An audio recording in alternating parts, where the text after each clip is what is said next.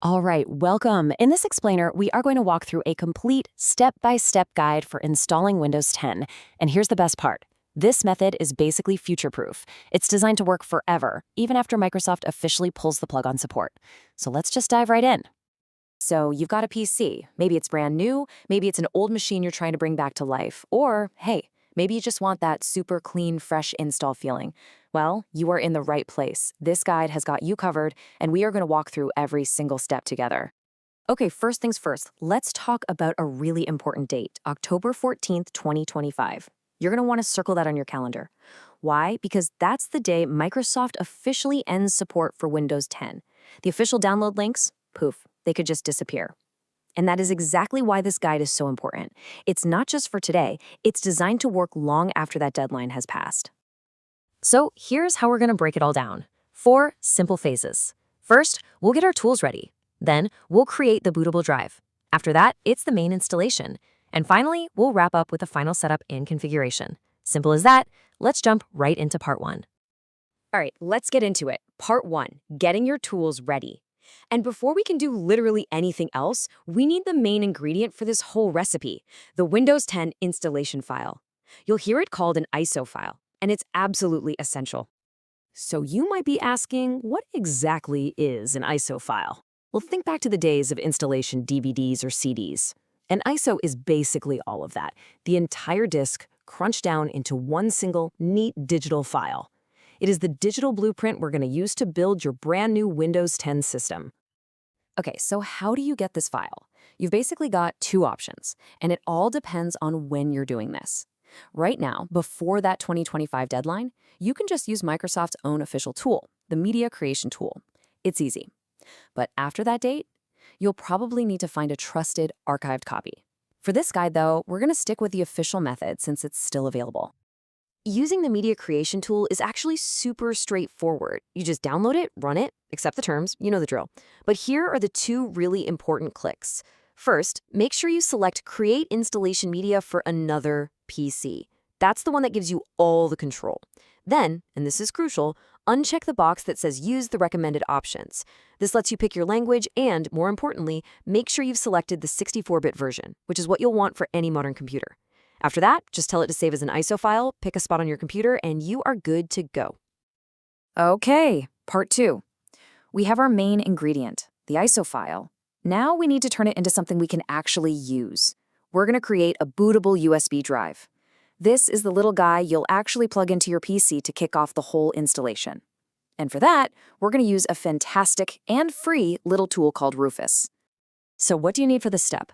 It's a really short list. First, a simple USB flash drive. Make sure it's at least 8 gigabytes. Second, the Rufus software itself. You can just Google it, it's a free download. And third, of course, that Windows 10 ISO file that we just made. Okay, using Rufus couldn't be easier. Just run the program, plug in your USB drive, and boom, it should pop right up in the tool. Then you'll click Select and point it to your Windows 10 ISO file. Now, you're going to see an option called Partition Scheme. Stop right there.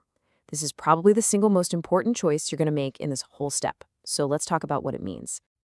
Which brings us to the big question, right? GPT or MBR. I know those sound super technical and kind of scary, but trust me, the choice is actually incredibly simple. It all just boils down to how old your computer is. So here's the deal. GPT, that's the new kid on the block. It's the modern standard, and it's built for newer PCs that use what's called UEFI firmware. MBR, that's the old-timer, the legacy method for older computers that have a classic BIOS. It's really that simple. Modern PC gets the modern standard, older PC gets the older one.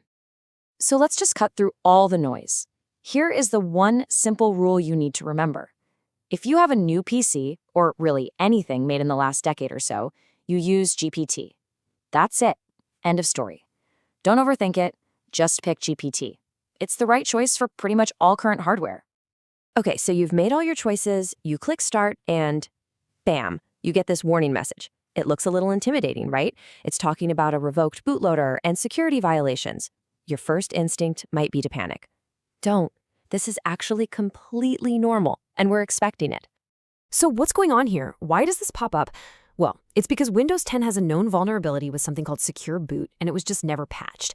And since the operating system is at its end of life, there literally isn't a more up-to-date version to find. Rufus is just being a good program and warning you about it. So as long as you got your ISO from a trusted source, like Microsoft's own tool, it is 100% safe to just click OK and move on. And here we are, part 3. The main installation.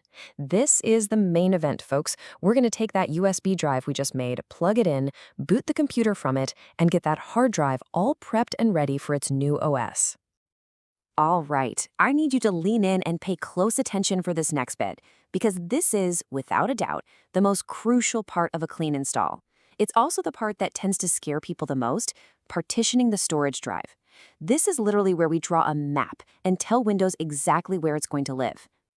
Now, to get that truly fresh, clean install, our goal here is a blank slate. We want to wipe it all clean. So you're going to see a list of partitions. I want you to select every single one and click Delete. Yep, all of them. What you'll be left with is one giant chunk of unallocated space. That's perfect. Now just select that empty space, click New, and decide how big you want your main Windows C drive to be. Once you've created that, select the new primary partition, click Next, and that's it. Windows takes over and starts copying all its files. You might be wondering, hey, why not just make one giant drive and use all the space? And that's a fair question. But here's a pro tip, a real game changer.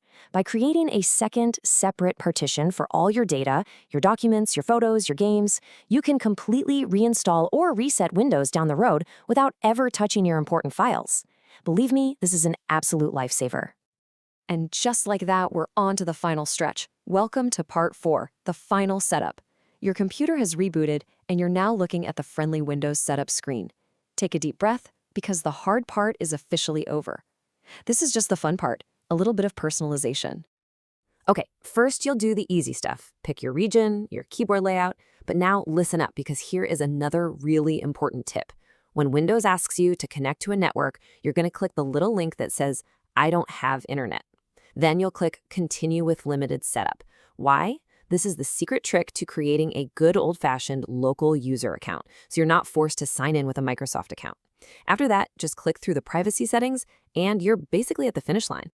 Windows will take just a few more moments to do some final prep work in the background. But that's it. You did it. You've successfully navigated the entire process all the way from a single little file to a fully functional operating system.